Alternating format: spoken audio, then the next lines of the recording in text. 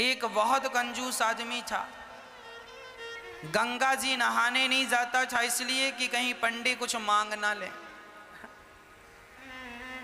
एक बार गांव के सब लोगों ने कहा कि सुनो जी, माघ का महीना चल रहा है, सब लोग नहाने जा रहे हैं, तुम भी प्रयागराज चले जाओ, नहा एक डुबकी तो लगाओ, सारी जिंदगी होगी तुम गंगा नहीं नहाए। तो सबने जिद की, पत्नी ने भी कहा जाओ। तो वो चुपके से गया। पहले तो देखा कहाँ भीड़ ज्यादा है और कहाँ भीड़ बिल्कुल नहीं। तो वो गंगा के किनारे चलता चलता चलता सब जगह भीड़ थी, माघ का महीना था। अब वो चलता चलता शमशान घाट पहुंच गया, यहां भीड़ नहीं है। बोले यहां नहा लो तो यहां पंडा आएगा नहीं, नहीं तो पंडा नहा और पंडा खड़ा, चल निकाल कुछ दे, मेरे हाथ से पूजा करा, चल। गया जी में। अब बड़े प्रेम से वो शमशान में सोचा यहां कुछ नहीं है, कोई पंडों का झंझट नहीं है, कपड़े उतारा, चुपके से धीरे धीरे गया, कोई देख ना ले। वो बड़ा पैसे वाला था पर कंजूस बड़ा था। तो शमशान में जाके डुबकी गंगा जी में लगाया और भगवान शंकर तो शमशान में ही विराजते हैं। शंकर जी को लगा जरा आज इसके साथ थोड़ा खेला खेली कर लें। तो भगवान शंकर ही पंडा बन के आ गए। जैसे ही वो डुबकी लगाया और डुबकी लगा के ऊपर उठा तो शंकर जी खड़े, हाँ यजमान जी निकालो। अब वो घबरा गया, अरे तुम कहां से आ गए?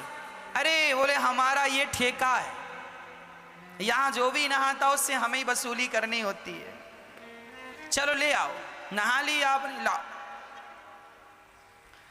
अरे हम इसीलिए तो नहाए शमशान में कि कुछ देना ना पड़े। ना ना, यहां तो देना ही पड़ता, शमशान ही, यहां से तो बच के कोई जाता नहीं। अच्छा बताओ कितना लोगे? शंकर जी बोले देखो हम वैसे लालची तो नहीं है, पर तुम दो, कितना दोगे ये बताओ? उसने बोला 1 पैसा दूंगा। हाँ हाँ, शंकर जी बोले चल मैं 1 पैसे से खुश हूं, चल ला। अभी नहीं लाया, कुछ नहीं हूं, उधार 1 पैसा दूंगा, वो भी उधार। तो शंकर जी बोले ठीक है, तो लिखवाओ फिर अपना एड्रेस वगैरह यहाँ। शंकर जी ने रजिस्टर में नोट किया, कहाँ के हो? फलानी गली, मकान नंबर फलाना। हाँ यहाँ के हो? हाँ सही है। हाँ मोबाइल नंबर? नहीं, मोबाइल रखते ही नहीं। अब वो उधारी का बहाना था बचने का, वो चला घर। और जैसे ही घर पहुंचा तो शंकर जी तुरंत दरवाजे के पास खड़े हो गए। हाँ यजमान जी 1 पैसा निकालो।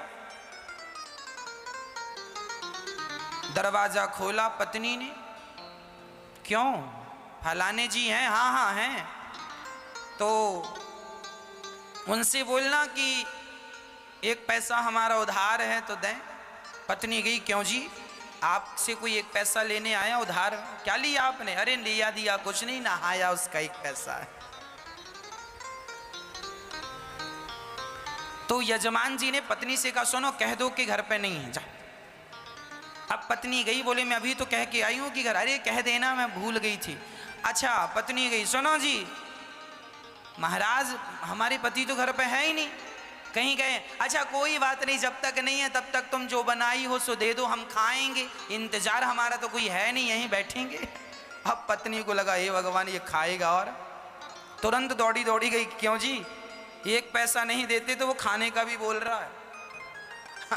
खाएगा भी। तो यजमान जी बोले अच्छा एक काम करो, बोल दो कि पति की तबीयत खराब है।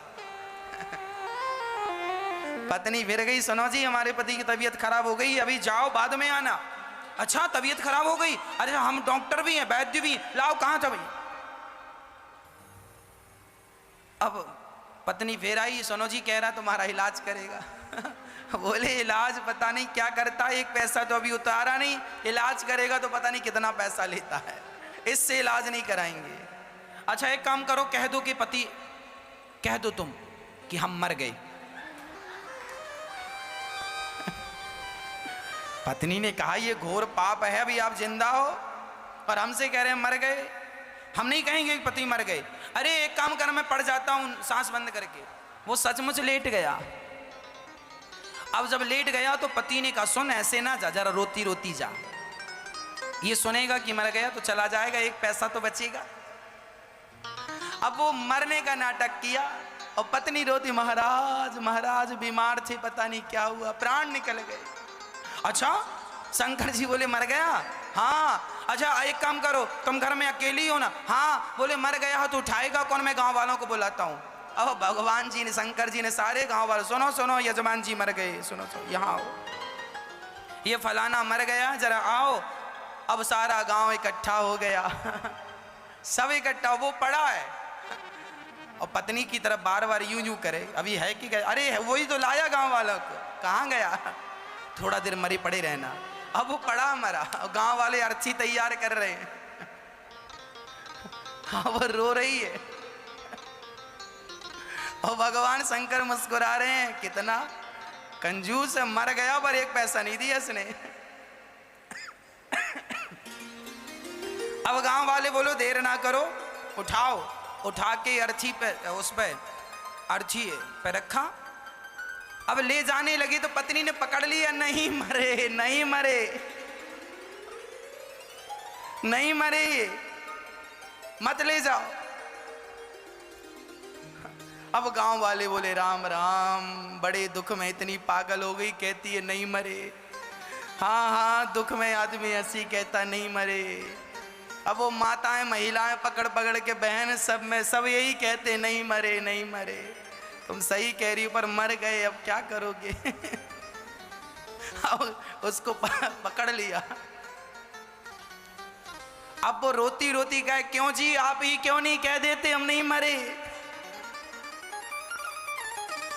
अब गांव की महिलाएं उसको बिठाए और बढ़िया कह रही हैं सुन, सब ऐसे ही करते हैं, जब जिसके घर ऐसा होता ना, तू सच भाव में डूब रही है, मर गए हैं तो तुझे विश्वास नहीं हो रहा। सबको ऐसे ही लगता, किसी को विश्वास होता ही नहीं।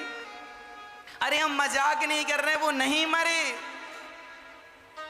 क्यों जी आप ही क्यों नहीं कहते कि हम नहीं मरे? पर वो काहे को कहे कि मैं नहीं मरा? उसे लग रहा था कि ये कब जाए और कब मैं उठ के बैठ जाऊं। पर शंकर जी आगे आगे। अब गांव वाले लेके चले। अब ये पत्नी बड़ी परेशान है, भगवान सचमुच ना फूक दें लोग। अब वो शमशान तक पहुंच गया, लेटा लेटा सांस रोक के धीरे धीरे सांस लेता। चिता सजाई गई और चिता पे रखा गया, फिर भी उसने नहीं कहा कि मैं नहीं मरा।